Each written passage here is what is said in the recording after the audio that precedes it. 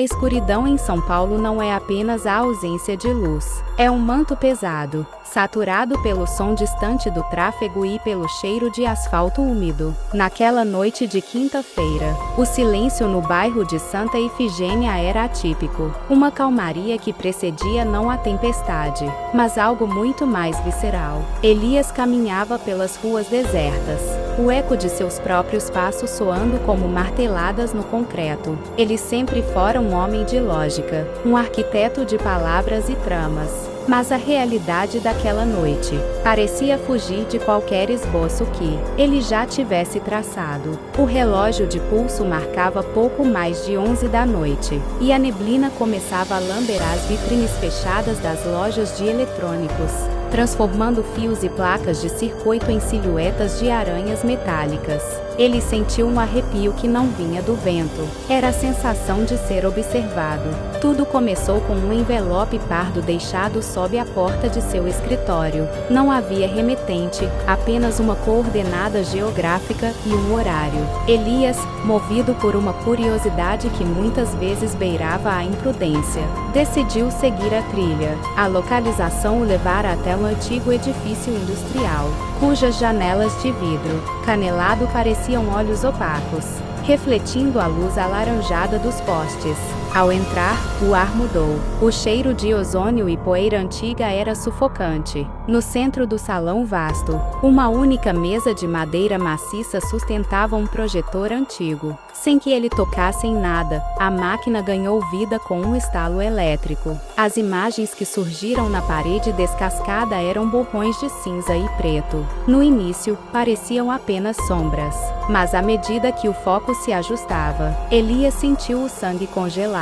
Eram fotos dele, não fotos comuns, mas registros de momentos que ele acreditava serem privados. Ele escrevendo em seu caderno à luz de velas. Ele caminhando com seu cachorro em um parque deserto. Ele observando a esposa dormir.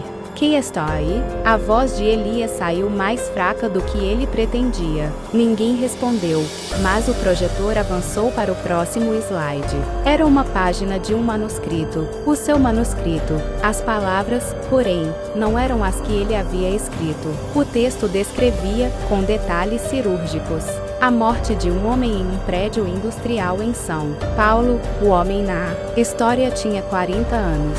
O homem na história usava exatamente a mesma jaqueta que Elias vestia agora. Elias recuou, mas a porta por onde entrara não estava mais lá, no lugar da saída. Havia apenas uma parede de tijolos aparentes, fria e intransponível. O pânico, uma criatura de garras afiadas, começou a subir por sua garganta. Ele começou a correr pelo salão, buscando qualquer outra saída. A cada passo, as luzes do projetor pareciam persegui-lo, projetando sua sombra de forma distorcida nas paredes.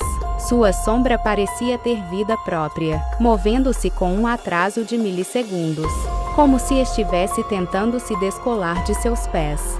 Subitamente, o som de um rádio antigo preencheu o espaço. Era uma música lenta, um samba melancólico cuja letra falava de traição e destino selados pelo sangue. Elias parou diante de uma escada de ferro que levava ao subsolo. Do fundo do vão escuro, ele ouviu um ganido familiar.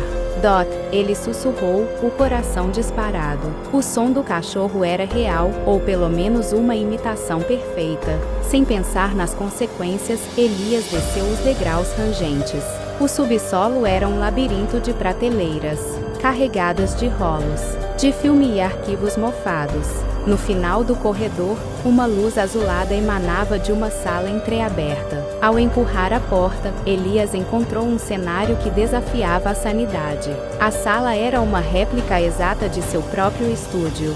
Seus livros, sua mesa de escrita, até mesmo a caneca de café com a borda lascada estava lá, sentado em sua cadeira. De costas para ele, estava um vulto envolto em um casaco escuro. "Você demorou", disse a figura. A voz era idêntica à de Elias, mas carregada de uma frieza inumana. A trama está estagnada. O protagonista precisa de um conflito real. A figura virou-se lentamente. Elias não viu um rosto, mas um vazio. Uma superfície lisa como um espelho que refletia apenas a escuridão da sala. "Que é você?" Elias gritou, segurando um peso de papel de metal que encontrara sobre a mesa. "Eu sou o que resta quando você despeja seus medos no papel", respondeu a entidade. "Sou a sombra que você alimenta toda vez que imagina um monstro, cada vez que escreve sobre o fim. Você me criou, Elias, e agora, como todo bom autor, você perdeu o controle sobre sua criação." A criatura levantou-se. Ela era mais alta do que Elias. Uma silhueta de fumaça densa que parecia absorver a pouca luz do ambiente. "Para a história ter um final satisfatório", continuou a voz, "alguém tem que ficar no escuro." Elias percebeu que não estava lutando contra um estranho, mas contra a personificação de sua própria obsessão pelo macabro. Ele olhou para a mesa e viu o manuscrito aberto. A última frase dizia: "E no final, o autor tornou-se a tinta." Com um rugido de desafio, Elias não atacou a criatura, mas sim o manuscrito. Ele pegou a caneta tinteiro que estava ao lado e, com movimentos frenéticos, começou a riscar as palavras. Ele não escreveu sobre morte, mas sobre o amanhecer.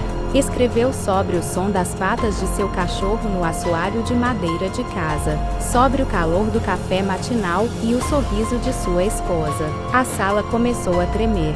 A criatura soltou um grito que soava como papel sendo rasgado. As paredes de tijolos começaram a se dissolver em poeira estelar. "Você não pode mudar o gênero da história agora", rugiu a sombra, tentando agarrá-lo com dedos de fumaça. "Eu sou o autor", respondeu Elias, a voz agora firme. "E eu decidi que esta noite termina com o sol."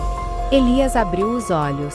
Ele estava sentado em sua mesa, em sua casa. A luz cinzenta da madrugada em São Paulo filtrava-se pelas cortinas. Thor estava deitado a seus pés, soltando um suspiro baixo enquanto sonhava. Seu coração ainda batia acelerado, e o suor frio ensopava sua camisa. Ele olhou para o caderno à sua frente. As páginas estavam em branco, exceto pela primeira linha, escrita com uma caligrafia que ele mal reconhecia como sua. "O medo é apenas uma história que contamos a nós mesmos para não enfrentarmos o silêncio." Ele fechou o caderno e caminhou até a janela. Lá fora, a cidade começava a despertar. O perigo havia passado, mas Elias sabia que, em algum lugar nas sombras de sua imaginação, a criatura ainda aguardava o próximo capítulo. Ele sorriu, um toque de ironia nos lábios, e foi preparar o café. Afinal, a realidade, com todos os seus boletos e trânsito, era o melhor antídoto para o suspense.